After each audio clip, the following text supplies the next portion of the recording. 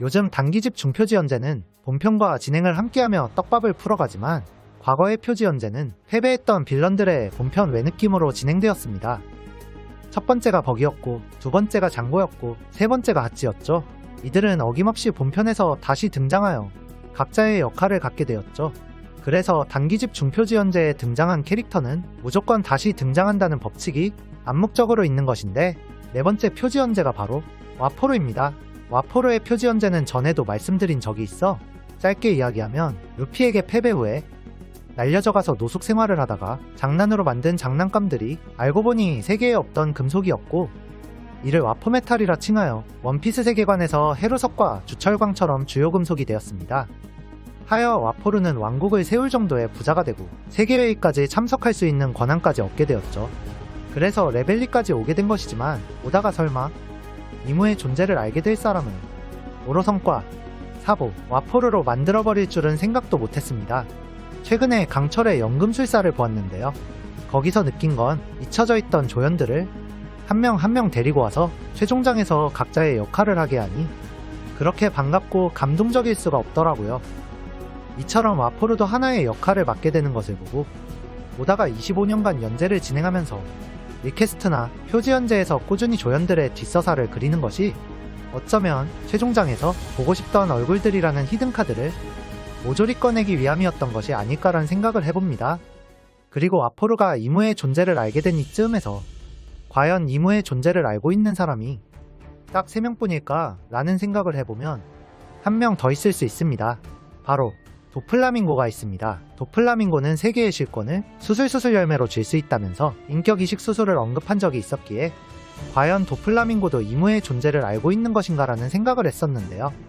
사실 이제 이무의 존재를 몇 명이 알고 있느냐에 대한 건 이젠 중요하지 않습니다. 사보를 통해 혁명군의 간부들에겐 전달이 되었고 혁명군도 알게 될 테고, 거기에 오다는 와포르를 원피스 세계관의 유일한 언론인 세계경제신문과 엮이게 했기 때문이죠. 즉, 이 세계의 지옥인 이무의 정체가 800년 동안 세계가 균형을 이루고 있다는 착각 속에서 살아온 원피스 세계관의 세계 속 사람들과 독자들에게 드러날 날이 머지 않았다는 것을 의미합니다. 그런데도 이야기를 꺼낸 것은 도플라밍고의 이야기를 꺼내기 위함이었죠. 도플라밍고는 딱 하나의 떡밥이 있습니다. 俺が聖地マリージュはないのである。巨大な国宝のことを知っているからだ。 이 국보가 무엇인지는 도플라밍고의 입에서 나왔기에 도플라밍고 입에서 풀어주지 않으면 아무도 알 수 없습니다.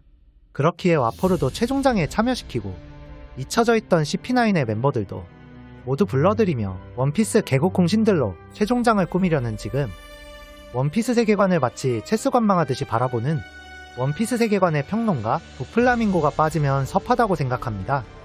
그렇기에 도플라밍고의 마지막 장면을 회상해보면 이렇습니다. 来たのか。上からの刺客が。俺がマリージュアの秘密のことを誰にもばらさねえように、奴ら口封じの殺し屋を送り込んできたのか。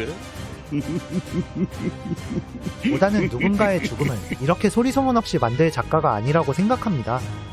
열린 결말을 거의 주지 않는 편에 속합니다. 그렇기에 이 장면은 제거하러 온 것이 아닐 가능성도 있을 것 같습니다. 그리고 임페다운의 도플라밍고를 건들게 되면 임페다운의 본쿨에도 다시 만날 수 있기에 최종장에서 빠지게 되면 섭섭한 이 둘의 얼굴을 다시 보게 될 수도 있지 않을까 확신 아닌 확신을 해봅니다. オカマ畑でまた会おう。 그리고 이제 본격적으로 이무의 관계에 대하여 들어가 보면 요점은 딱 하나입니다. 네펠타리, 릴리의 실수로부터 모든 일이 시작되었다. 그리고 이무는 그 모든 일의 시작을 800년 동안 릴리의 실수라고 믿고 싶었으나 정체까지 드러내며 그것이 실수였는지 아니면 계획이었는지 800년 만에 확인한 결과 그것은 실수가 아니라 계획이었다. 다시 말해 이무는 무려 800년 만에 자신이 네펠타리 릴리에게 배신당했다는 것을 깨달았다. 라는 것입니다. 즉 릴리와 이무와 20인의 왕들 사이에 어떠한 관계 속에서만이 공백의 100년과 800년 동안 이어지는 뒤의 의지가 무엇인지 알 수 있다는 것인데요. 공백의 100년에 무슨 일이 일어났는지는 알 수 없지만 뒤의 의지가 무엇인지는 윤곽이 잡힌 것 같습니다. 전부터 이미 확정되어 왔지만 이제 오피셜로 D의 의지는 세계 정부에 반대하는 어떤 사상을 의미하는 것이란 걸 알게 되었고, 이 여명의 깃발이라는 단어를 통하여 D의 의미는 던이 맞는 것 같습니다. 원피스 1권의 제목, 로맨스 던. 원피스 2부 시장 61권의 제목, 로맨스 던 포 더 뉴월드. 루피가 태어난 이스트블루는 태양이 떠오르는 동쪽, 그리고 루피가 태어난 동쪽 섬의 이름은 던 아일랜드. 즈니샤 위에 살고 있는 밍크족들의 수장들이 기다리던 것은 태양이 떠오른다는 의미에 旦那たちの待つ世界の夜明けの礎となれるなら俺は本望だ。 여명. 해적왕과 함께 라프텔에 도착하여 모든 것을 기록했던 일지를 읽은 야마토가 즈니샤의 목소리를 들을 수 있는 모모노스케에게 했던 말. 세계를 여명으로 이끄는 건 너다. 공백의 100년에서 시간 열매로 800년을 거슬러 올라와 와노쿠니에 정착했던 토키가 죽기 전에 했던 말. まばゆき夜明けを知る君となる。 이 모든 것들을 통해 D는 던인 것을 유추할 수가 있고, 왜 하필 D냐고 물으신다면 여명은 태양이 하늘에 떠 있는 것을 의미하는 것이 아닙니다. 태양이 떠오르기 시작하는 순간을 의미하죠. 이것을 바다에서 본다면 반쯤 걸쳐져 있는 모양이 마치 알파벳 D를 연상시키며 거기에 보이지 않는 것을 향해 항해한다는 해적과 바다의 낭만, 수평선까지 합쳐지면 그것은 마치 800년의 먼 미래까지 사과를 하고 魚人島との約束を破ったことへの謝罪文だという。 약속을 하며 いずれ必ずジョイボーイに代わって約束を果たしに来る者が現れる。 공백의 100년에 대항하여 싸우리지를 남긴 조이보이와 조이보이의 뜻을 알고 お前と同じ時代に生まれたかった。 대해적 시대를 열어 자신의 죽음으로 探せ、この世の全てをそこに置いてきた。 현 시대의 모든 판을 짠 골디로저와 그 둘의 의지를 잇는 현재 원피스 세계관의 태양신 몽키디 루피의 밀짚 모자를 연상시킵니다. 이것이 우연이든 의도한 것이든 원피스 세계관의 상징이라고 볼 수 있는 밀짚 모자의 서사는 너무도 완벽합니다. 그리고 원피스 세계관에서 태양은 자유를 의미합니다. 그렇기에 D의 의지는 던의 의지가 되고, 이것은 곧 태양이 떠오르고자 하는 의지이고, 이것은 곧 자유롭고자 하는 의지이고, 이 의지를 형상화시킨 것이 밀짚 모자이며, 이것은 곧 원피스 12권의 제목 전설은 시작됐다에서 나온 골디로저가 남긴 대사. 受け継がれる意志、時代のうねり、人の夢、これらは止めることのできないものだ。人々が自由の答えを求める限り、それらは決してとどまることはない。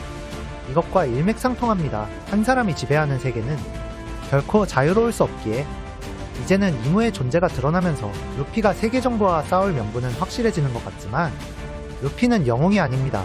베일을 위해 싸우지 않습니다. 자신의 목표와 감정과 친구를 위해 싸우죠. 그렇기에 이 명분은 사나이 적단 2명이 챙긴 것 같습니다. 이번 화에서 살짝 울컥했던 부분인데, 어인성과 드레스로자는 천룡인 살인 사건의 용의자 혹은 피의자 선상에서 빠지게 되었습니다. 바로 사나이 적단 둘 덕분이죠. 모든 기사를 자극적으로 내는 세계경제신문 특성상 흉악한 밀짚 모자 루피의 명령으로 사나이 적단이 천룡인을 죽이려 했다는 기사가 나갈 가능성이 크기에 루피는 이제 세계 정부와 맞붙게 되어 있습니다만, 자유를 위해 세계를 위해 싸울 명분이 사나이 적단이라고 하면 800년 동안 이어져 온 D의 의지가 퇴색될 수 있습니다. 그렇기에 루피가 세계 정부와 싸울 명분을 생각해보려 하는데요. 이번 화에서 등장한 사보의 이름 사이에 D를 넣은 것은 어떤 떡밥도 의미하지 않습니다. 단지 루피와 사보가 장난을 친 것이지만, 작가의 의도는 포트거스 D 루즈에게서 포트거스 D 에이스로 이어진 D 의지가 사라지지 않았으며, 이것을 잇는 것이 바로 見てろよエース。 사보라는 것을 전달하고 싶었던 것이라 생각합니다. 그것을 뒷받침하는 것이 흰수염의 대사입니다. ロジャーの意志を継ぐ者たちがいるように、いずれエースの意志を継ぐ者も現れる。血縁を立てど、あいつらの炎が消えることはねえ。 이것처럼 의지가 이어진다는 것에 의미를 두면, 제 개인적인 생각으로는 의지라는 단어는 마음과 비슷하다는 생각을 해봅니다. 만물의 소리를 들었던 골디로저의 의지를 잇는 것이 아닌, 만물의 소리를 들었던 골디로저의 마음을 잇는다는 표현을 하면 루피에게도 거대한 적과 싸울 명분이 생기지 않을까 생각을 해봅니다. 그리고 이무와의 본격 싸움 이전에 잊지 말아야 할 것이 있습니다. D가 세계 정부에게 반대하는 일족이라 하여 착한 일족, 자유를 향해 싸우는 여명의 일족이라고 확정되어가는 지금 이 스토리를 뻔하지 않게 하는 D가 하나 있습니다. 바로 록스디집에게 의지를 잇는 ロジャーが待ってる男は少なくともティーチおめえじゃねえ 지배를 원하는 D, 마샬 디티치가 있습니다. 그렇기에 그 지배의 D를 설명하기 위해 세계 정부 이전에 검은 수염의 에피소드가 먼저 진행되지 않을까 생각해봅니다. 그리고 여명의 깃발에 대하여 꼭 이야기하고 싶은 것이 있었는데요. 이것에 대본을 쓰다 보니 15분이 넘어가기에 여명의 깃발은 휴재 기간 동안 만들어서 올리도록 하겠습니다. 다음 영상에서 만나요. そうやって遠い昔から脈々と受け継がれてきたそして未来いつの日かその数百年分の歴史を全て背負ってこの世界に戦いを挑む者が現れる興味はねえがあの宝を誰かが見つけた時世界はひっくり返るのさ誰かが見つけ出すその日は必ず来る